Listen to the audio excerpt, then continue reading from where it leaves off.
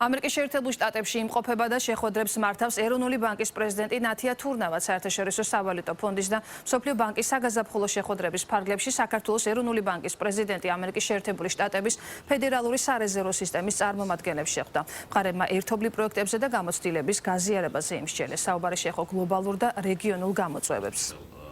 ედგა ჩვენი სამუშაო შეხვედრა ფედერალურ სარეზერვო ბანკთან. ეროვნული ბანკი უკვე 30 წელია თანამშრომლობს ამერიკის ფედერალურ სარეზერვო ბანკთან. ეს არის ჩვენი პარტნიორი, რომელიც ყოველთვის გვერდში გვიდგას, გვაწვდის შეუფერხებლად ამერიკულ ვალუტას, დოლარს, გვაწვდის ლიკვიდობას, რაც ძალიან მნიშვნელოვანია მზარდი ეკონომიკისთვის, იმისთვის, რომ შეფერხება არ იყოს ამ თვალსაზრისით ბაზარზე.